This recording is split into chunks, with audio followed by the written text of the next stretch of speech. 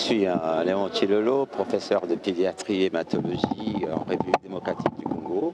Je suis également le président d'un réseau de recherche sur une maladie négligée, une maladie rare qu'on appelle drépanocytose ou anémie SS d'une façon commune. Et pour le moment, je suis aussi le co-chair d'un consortium d'études de la drépanocytose de plusieurs pays africains. La majorité sont anglophones et ce consortium s'appelle Sickle in Africa. Donc vous voyez, j'essaie de faire la conjonction entre les pays francophones et les pays anglophones. Maladie, écoutez, on l'appelle maladie négligée, une maladie rare, une maladie orpheline. Mais en réalité, c'est une maladie qui intéresse, tenez-vous bien, près de 7 millions de personnes qui en sont atteintes dans le monde. Et en Afrique subsaharienne, c'est pratiquement entre 0,5 et 1% de la population qui est atteinte de cette maladie. Lorsqu'on voit les pays de l'Afrique subsaharienne, chaque année, on estime qu'il y a plus de 300 000 nouveau-nés qui naissent chaque année atteints de la drépanocytose.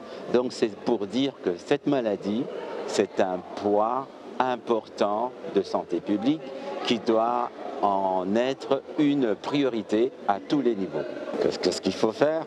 Il faut d'abord avoir la connaissance de la réalité, de l'impact de cette maladie. Et cette connaissance va passer par la divulgation de l'information. Je me réjouis que la presse, c'est votre rôle, doit faire connaître cette maladie au sein de la population. Je suis Elisabeth Lyon-Diallo, je suis médecin et je suis la directrice et la fondatrice de l'ICAC Research, qui est une compagnie de recherche clinique qui met au service de tous ceux qui le souhaitent, des pharmaceutiques, des universités ou des chercheurs, des services autour de la recherche médicale. Le Dakar Call, c'est une rencontre internationale. On a voulu réunir tous les chercheurs sur le continent, mais également au-delà, pour venir réfléchir sur les problématiques des maladies non transmissibles. Comme vous le savez, jusqu'à ce jour, la plupart de notre financement vont aux maladies infectieuses, principalement la tuberculose, le palu et le VIH.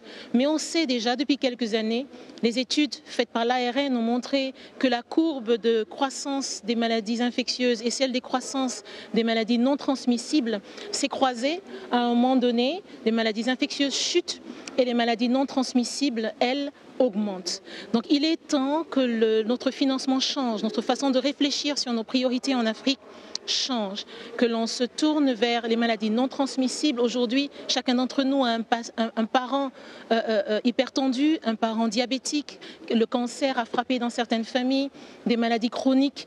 Il est temps que les gouvernements, les chercheurs et même les populations se mobilisent parce que c'est possible de changer cette réalité.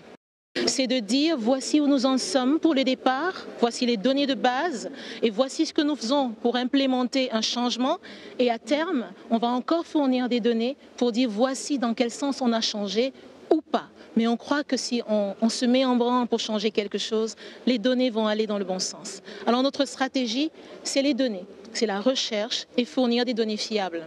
Eh bien pour le financement, il y a déjà pas mal qui est fait, mais nous avons tellement à faire en Afrique que nous voulons davantage. Donc pour les questions de financement, on a réuni sur ce parterre au cours du Dakar Call plusieurs bailleurs, plusieurs personnes de différents horizons qui sont venus pour aider non pas aider l'Afrique, mais se mettre ensemble pour réfléchir à comment est-ce qu'on peut faire un changement. Et nous croyons que le financement va être levé. Nous pensons qu'une vraie conscience se lève pour les Africains eux-mêmes de financer leur propre changement et de ne pas attendre de l'extérieur. Parce que jusqu'à aujourd'hui, toutes les recherches, toutes les études que l'on a faites en Afrique nous viennent du Nord, nous viennent de l'extérieur. Ce n'est pas nous qui décidons sur quoi changer, c'est quelqu'un en général qui se trouve à l'étranger et qui dit est-ce que vous pouvez changer, vous pouvez réfléchir sur cette problématique. Aujourd'hui, il est temps que les Africains réfléchissent eux-mêmes à ce qu'ils veulent faire et qu'ils lèvent le financement pour le faire parce que lever le financement également est possible.